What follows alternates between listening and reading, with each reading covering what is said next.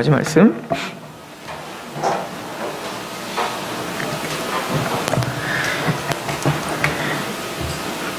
야곱이 길을 가는데 하나님의 사자들이 그를 만난지라. 야곱이 그들을 볼 때에 이르기를 이는 하나님의 군대라 하고 그 땅 이름을 마하나임이라 하였더라. 야곱이 세일 땅 에돔들에 있는 형 에서에게로 자기보다 앞서 사자들을 보내며 그들에게 명령하여 이르기되 너희는 내 주 에서에게 이같이 말하라. 주의 종 야곱이 이같이 말하기를 내가 라반과 함께 거류하며 지금까지 머물러 있었사오며 내게 소와 나귀와 양떼와 노비가 있으므로 사람을 보내어 내 주께 알리고 내 주께 은혜 받기를 원하나이다 하라 하였더니 사자들이 야곱에게 돌아와 이르되 우리가 주인의 형 에서에게 이른즉 그가 400명을 거느리고 주인을 만나려고 오더이다. 야곱이 심히 두렵고 답답하여 자기와 함께한 동행자와 양과 소와 낙타를 두 떼로 나누고 이르되 에서가 와서 한 떼를 치면 남은 한 떼는 피하리라 하고 야곱이 또 이르되 내 조부 아브라함의 하나님 내 아버지 이삭의 하나님 여호와의 주께서 전에 내게 명하시기를 내 고향 내 족속에게로 돌아가라. 내가 내게 은혜를 베풀리라 하셨나이다. 나는 주께서 주의 종에게 베푸신 모든 은총과 모든 진실하심을 조금도 감당할 수 없사오나 내가 내 지팡이만 가지고 이 요단을 건넜더니 지금은 두 때나 이루었나이다. 내가 주께 간구하오니 내 형의 손에서 예서의 손에서 나를 건져내시옵소서. 내가 그를 두려워함은 그가 와서 나와 내 처자들을 칠까 겁이 나기 때문이나이다. 주께서 말씀하시기를 내가 반드시 내게 은혜를 베풀어 내 씨로 바다에 셀 수 없는 모래와 같이 많게 하리라 하셨나이다. 아멘. 야곱의 삶은 항상 순탄치가 않죠. 라반네 집에 가서도 라반과 사실은 잘 지냈으면 좋겠는데 라반에 의해서 속임을 당하고 또 라반이 또 겁이 나서 도망을 가다가 또 라반한테 걸려서 하나님의 은혜와 보호 가운데 그래서 잘 넘어갔어요. 이제 근데 야곱에게 있어서 아주 가장 그 인생에 있어서 본질적인 문제에 이제 봉착하게 되는 겁니다. 그러니까 사실 라반과의 문제는 별것 아니에요. 에서에게 있어서의 가장 큰 짐은 바로 형 에서였습니다. 그래서 이 에서를 만난다는 것은 야곱이 스스로 풀지 못한 어떤 그 인생의 가장 근본적인 문제에 봉착하는 듯한 아마 그런 느낌이었을 것입니다.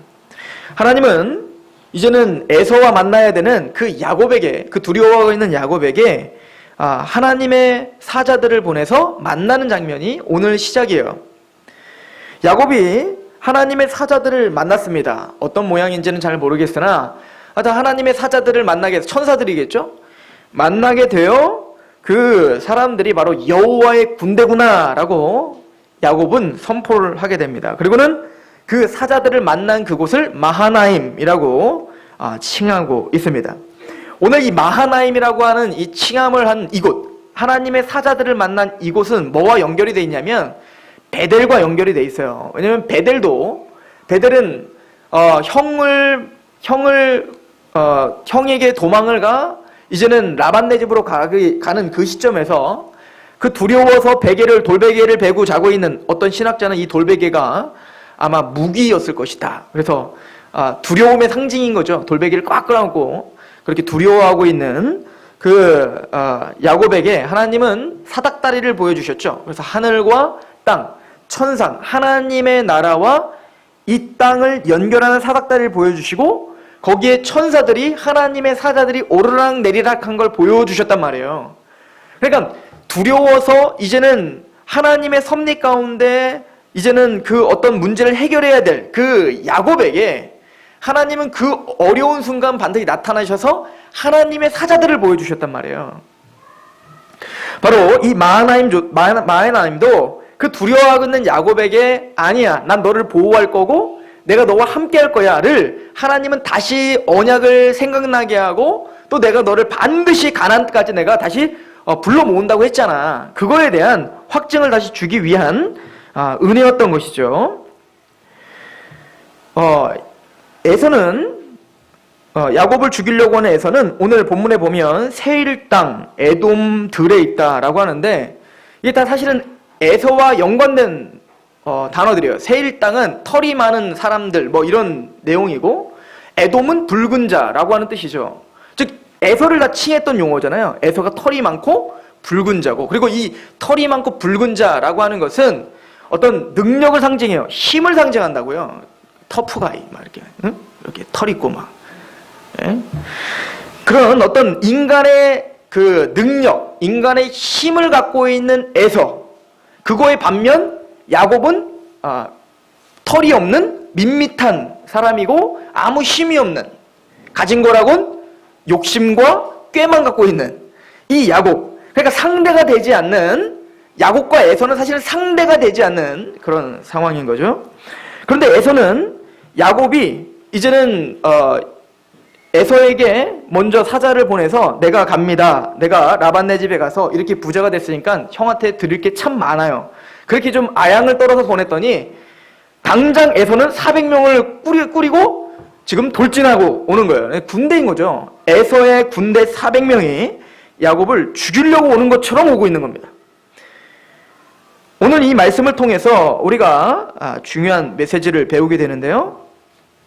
오늘은 제가 부제를 마하나임이라고 했지만 부제가 있어요. 부제가 뭐냐면 하나님의 군대 대 에서의 군대. 그러니까 우리는 거기에 끼어 사는 거예요. 이 야곱은 지금 두 진영, 즉 마하나임의 하나님의 사자들을 보고 와, 여호와의 군대로구나 라고 힘을 얻었단 말이에요. 위로를 받았단 말이에요. 이 얘기는 베델의 그 하나님, 베델은 정적이죠. 베델은 움직이지 않죠. 하나님의 집입니다 라고 했잖아요. 그런데 그 하나님의 집이신 그 베델, 하나님이 거하시는 곳, 하늘과 땅을 연결해주는 그 통로가 있는 곳, 그 베델에서 하나님은 멈춰있는 게 아니라 야곱이 라반네 집에 있을 때에 하나님은 그 사자들과 함께 야곱과 함께 있었다는 거예요. 그러니까 그 베델은 뭡니까? 하나님의 집을 상징한다면 그 하나님의 집은 멈춰있는 것이 아니라 그 사자들은 누구를 따라다녀요? 야곱을 따라다니는, 이게 바로 진영이 뜻하는 거예요. 진영. 그 마하나임이라는 뜻은 두 진영이라는 뜻이거든요. 두 진영. 즉 뭔가 군대의 진을 가리키는 거예요. 그러니까 이 역동적으로 야곱을 보호하시기 위하여 하나님은 그 하나님의 군대를 야곱과 함께 지금 동행하고 계셨다는 것을 야곱에게 지금 상기시켜주고 있는 거예요. 야곱이 얼마나 든든했겠습니까? 여호와의 군대가 단순히 그 베델만 하나님의 집이 아니라 내가 있는 그곳이 바로 하나님의 보호하심이 있는 곳이구나. 하나님은 여호와의 사자를, 하나님의 언약을 성취할 때까지 야곱인 나를 보호하시고 함께 하시는구나 라고 위로를 받았을 거란 말입니다.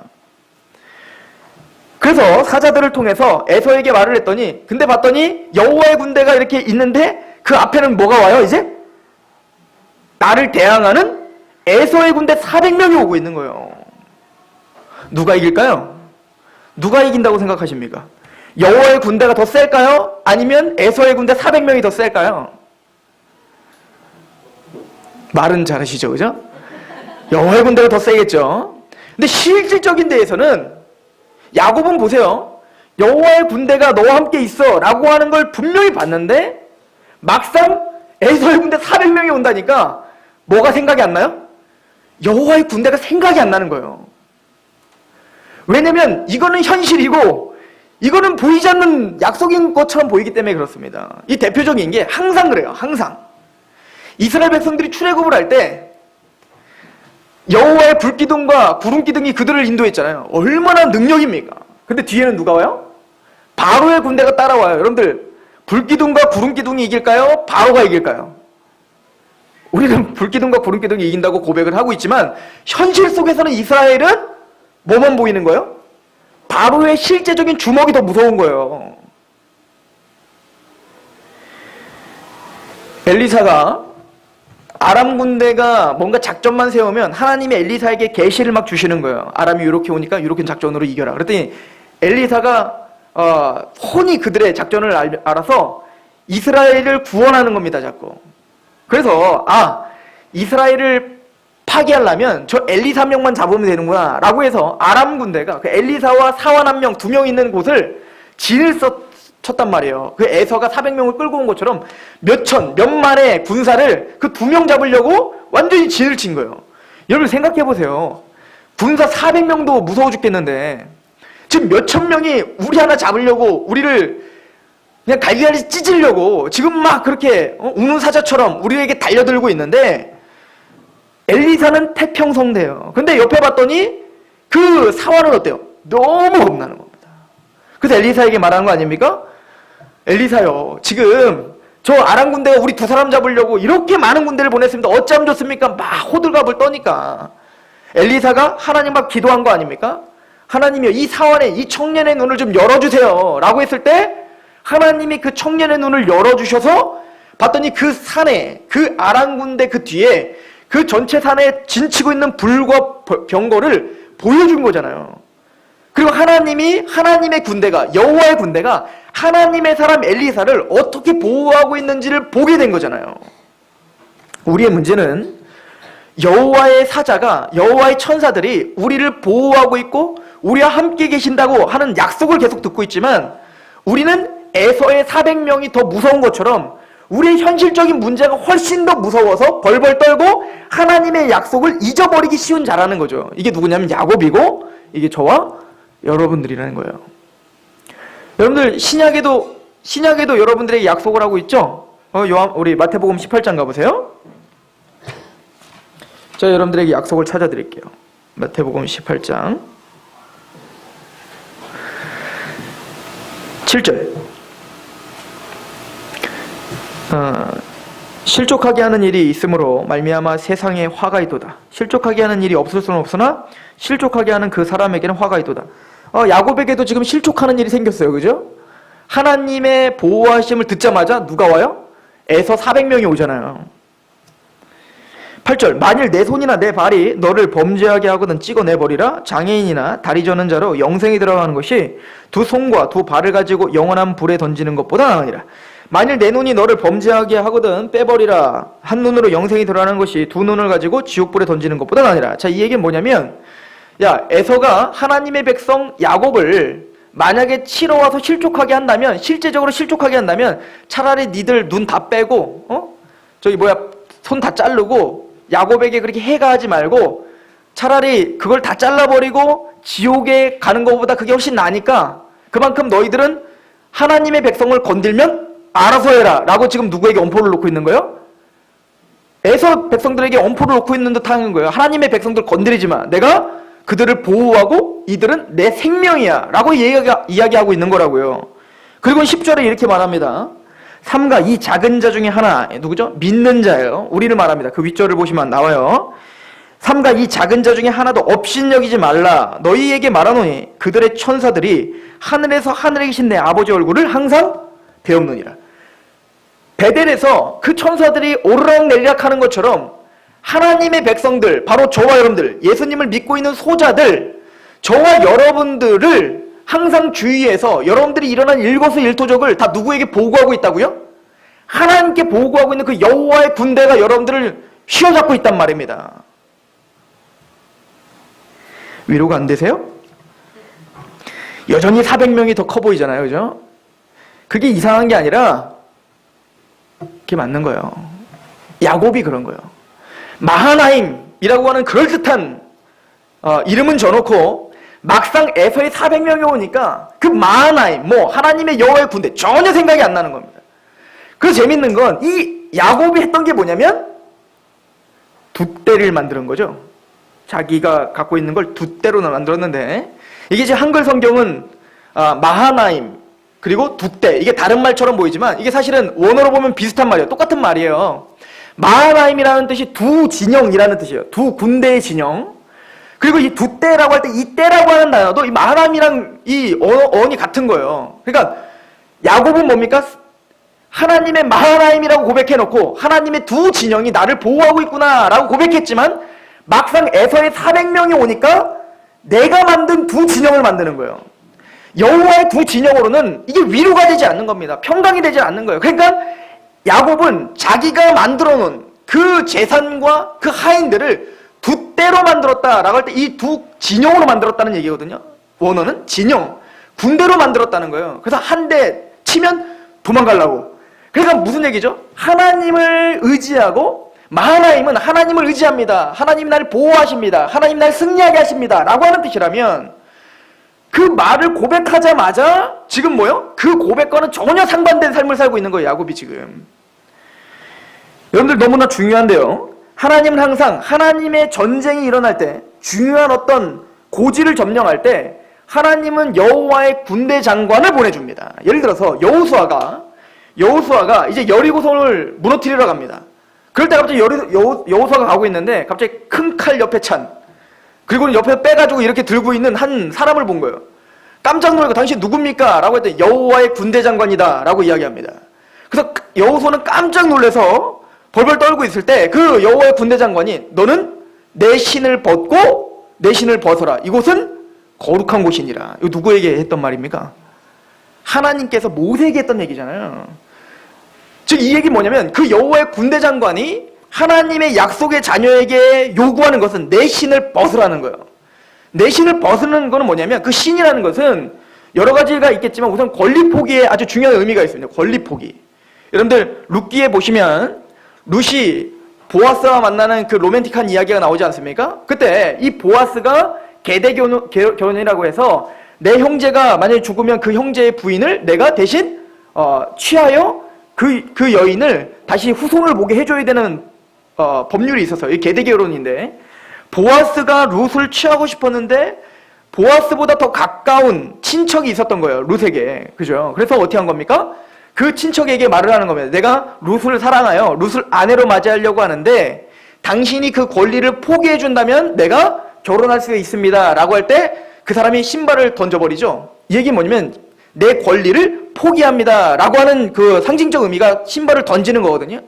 마찬가지로 하나님이 모세와 여호수아에게 이제는 하나님의 전쟁이 일어날 것인데 하나님이 너를 승리케 할 것인데 내 신을 벗으라는 겁니다. 즉 뭐죠? 네 권리를 포기하고 내가 내 계획, 나의 어떤 열심, 내 어떤 것을 포기하라는 거예요.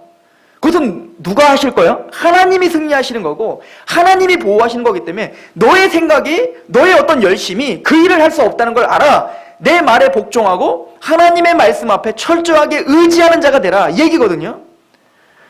그래서 이 야곱은 마하나임이라고 지을 때 이미 그 어떤 마음을 고백한 거였단 말입니다. 두 진영으로 하나님이 나를 이렇게 지키시는군요. 그런데 막상 에서 400명이 딱 오니까 신을 벗지 못하고 신을 다시 신은 거예요. 그리고 어떻게 한 겁니까?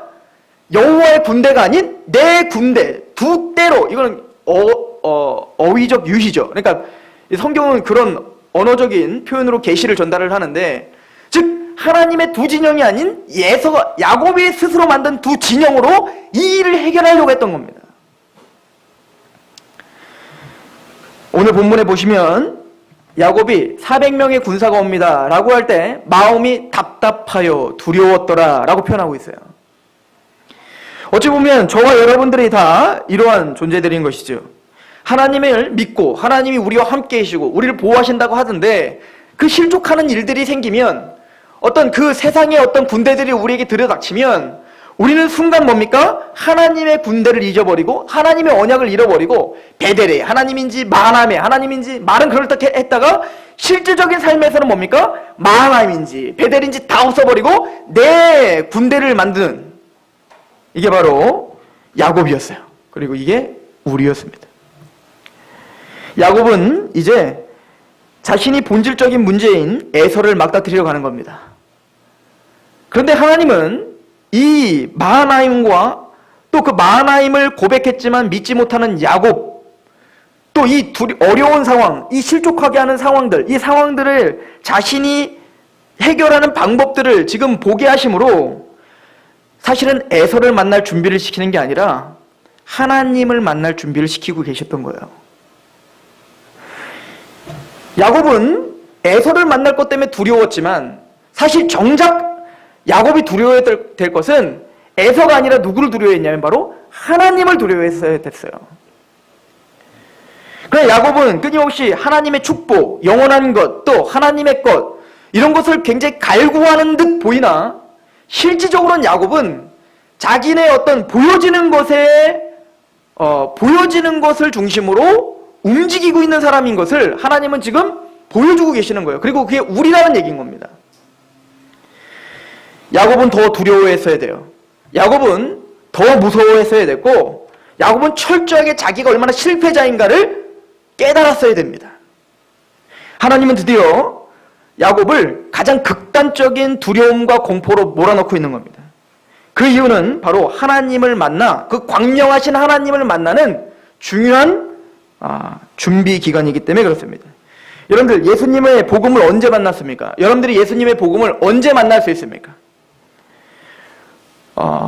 상황은 다르지만 분명한 것은 우리가 거듭날 수 있는 준비를 하나님이 반드시 시켜주게 돼 있어요. 그 준비는 바로 죄에 대한 통회함이었어요. 율법을 먼저 주시고 우리가 하나님 앞에 아무 자격이 없다는 걸 깨달아야 돼요. 그래서 하나님의 율법을 막아뜨렸을 때 이 이스라엘 백성들이 광야에서 내가 율법을 다 지켜 행하겠습니다 라고 자신만만했다가 야곱처럼 마하나임, 그러다가 그 율법 앞에 딱 서니까 그 율법 앞에 금송아지를 만들고 끊임없이 넘어지는 스스로 자신의 모습들을 발견했어야 됐단 말이에요. 그때서야 예수 그리스도의 복음이 얼마나 은혜롭고 그 복음이 얼마나 영화롭고 하나님의 사랑과 그 은혜가 얼마나 큰지를 깨닫게 되는 거예요. 이게 거듭나는 순간인 겁니다. 우리가 영적인 파산의 상태요, 우리는 하나님 앞에 사실은 아무런 가치도 없는 사람인 것을 깨닫는 것, 사실은 야곱은 지금 그것을 깨닫고 있는 거예요.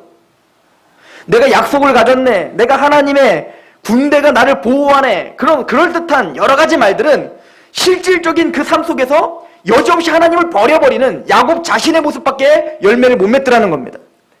그런 약속이 문제가 아니라, 여호와의 군대가 능력이 없어가 문제가 아니라 내 믿음의 문제였던 거예요. 야곱 자체가 그렇게 그만큼 타락한 자였고 그만큼 선한 것이 나올 수 없는 사람이었다는 것을 야곱은 깨달았어야 되는 것입니다. 하나님은 그 일들을 야곱에게 허락하는 거예요. 루터가 그랬듯, 요한 웨슬리가 그랬듯, 칼빈이 그랬듯, 스펄전이 그랬듯, 하나님을 복음을 제대로 만나는 사람은 먼저 율법을 통한 죄에 대한 통회함과 나의 영적 파산의 상태를 깨달아야 됩니다. 그래서 우리가 장로교에서 전적 부패라고 하는 걸 강조할 수밖에 없는 것은 그 죄인, 내가 영적 파산의 상태다, 이 야곱의 상태가 바로 나입니다 라고 고백하지 않는 이상 절대 예수 그리스도를 영접할 길이 없습니다. 복음을 복음밖에 믿을 길이 없다는 얘기인 거예요. 어찌 보면 이 어려운 시기가 야곱에게는 가장 큰 축복의 시기요, 은혜의 시기였음을 보게 됩니다. 이거는 구원에 관련된 문제뿐만 아니라 우리의 현실적으로 하나님을 만나고 하나님 앞에 우리의 자아를 부셔버리는 하나님의 공통된 반복적인 방법이셔요. 이제 우리가 지금 야곱은 어찌 보면 거듭나기 전에 성도들의 모습을 보여주고 있다면, 이제는 거듭난 이후, 이제는 야복강가를 통과한 것을 우리가 중생으로 우리가 모형화하거든요. 중생한 이후에 야곱이 이제는 어떠한 삶으로 살고 어떠한 힘듦과 또 어떤 갈등 가운데 사는지를 보여준다고요. 야곱은 이 야복강가를 통과한 이후에도 여전히 자신의 어떤 그 옛습관, 자신의 그 옛습관에 항상 정복을 당하며 살았다고요. 어찌 보면 우리도 그런 사람들입니다. 그런데 하나님은 이 야복강가에서 내가 아무것도 하지 못하는군요를 깨닫게 하시고 그 은혜를 부어주신 것처럼, 야곱이 이후에, 야복강가 사건 이후 이스라엘이라는 칭호를 받은 이후에도 야곱의 삶을 변화시키고 하나님을 만나가는 그 과정을 이런 식으로 하세요. 어떤 어려움과 고난과 어떤 상황을 변화시켜서 내가 이걸 이겨낼 힘이 하나도 없네요를 고백하게 만들어서 그를 성장시켜 주신단 말입니다. 그렇게 따지고 보면 하나님이 우리에게 허락하신 모든 상황들이 감사거리가 되지 않는 상황은 없음을 우리는 알게 되는 거예요. 때로는 여러분들에게 힘드신 일이 있을 수도 있고, 또 믿음이 없어, 나는 왜 이 모양이야 라고 고백하는 경향이 있을 겁니다. 그러나 그때가 바로 하나님이 행하시는 그 여호와의 군대를 만날 때인 줄 믿으시기 바랍니다. 하나님은 이 야곱의 이 고백을 통해 우리에게 지금 위로를 줍니다. 한번 보세요. 창세기 32장 우리 11절을 한번 가보세요. 내가 주께 간구하오니 내 형의 손에서, 에서의 손에서 나를 건져내시옵소서. 내가 그를 두려워함은 그가 와서 나와 내 처자들을 칠까 겁이 나기 때문입니다. 참 재밌죠? 지금 야곱이 겁내는 게 뭐예요? 내 처와 자식들을 다 죽일까 봐 겁나는 거예요.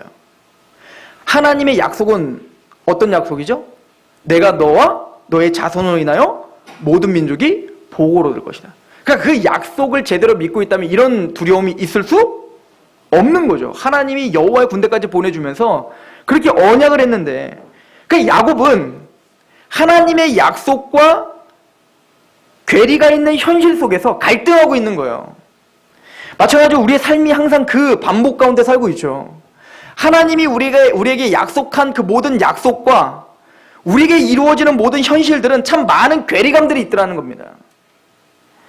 그래서 때로는 야곱처럼 우리도 두려워하고 또 우리는 항상 우리의 신앙이 무너질 수밖에 없는 겁니다. 하나님은 그런 야곱을 직접 찾아와 주셔서 또 약속을 갱신하시고 또 만나주시고 또 그를 일으켜 세웁니다. 12절을 보십시오.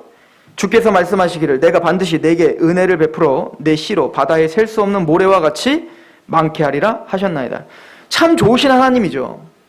그렇게 이 약속을 야곱에게 지금 처음 한 게 아니잖아요. 여러 번 반복적으로 했잖아요. 그런데도 그 약속과는 상관없이 현실에 그 약속을 무력화시켜 버렸단 말입니다.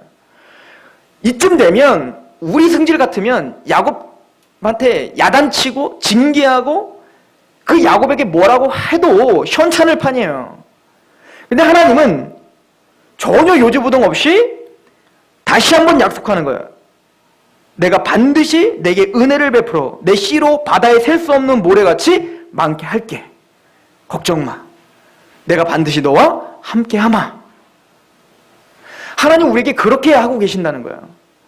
우리는 또 넘어지고 또 넘어지면 하나님은 또 오셔서 또 약속하고 또 약속하시더라는 겁니다. 야곱이 그러면 이쯤 되면 그 두 대로 나눈 것을 다시 취소하고 그래요. 하나님의 두 진영에 내가 맡기겠습니다 라고 손을 들던가요? 아니더라는 거예요. 이제 세 대로 나눠가지고 이제는 또 이 약속을 받고 또 두려워서 벌벌 떠는 거예요. 그리고는 세 대로 나눠서 그것도 안 되니까 나중에 혼자 있을 때 도저히 안 되니까 그때서야 이제는 나의 파산의 상태를 깨닫게 되는 겁니다.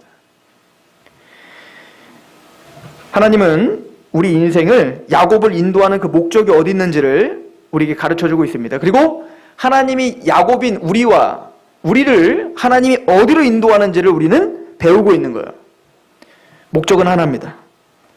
너희들은 아무것도 할 수 없다는 걸 깨닫는 그 자리까지, 내 영적 파산의 상태까지, 내가 거룩하게 기도를 하고 예배를 드리고 말씀을 듣고 감격하고 찬양하는 것, 또 내가 숨을 쉬는 것, 내가 밥을 먹는 것, 내가 교제를 하는 것, 내가 이렇게 뭔가 사람들에게 칭송을 받게 되는 것, 이 어떤 것이든 숨 쉬는 그 하나까지도 하나님의 은혜가 아니라면 지금 당장 그 모든 것들은 다 박살날 수 있다 라고 하는 영적 파산의 상태, 난 아무것도 아닙니다, 하나님만이 나의 모든 것입니다 를 고백할 때까지 하나님은 쉬지 않고 때로는 우리를 싸매주시기도 하며 때로는 우리를 찢으시기도 하면서 하나님은 우리를 그렇게 성장시키고 이스라엘답게 만들고 계시는 줄로 믿으시기 바랍니다.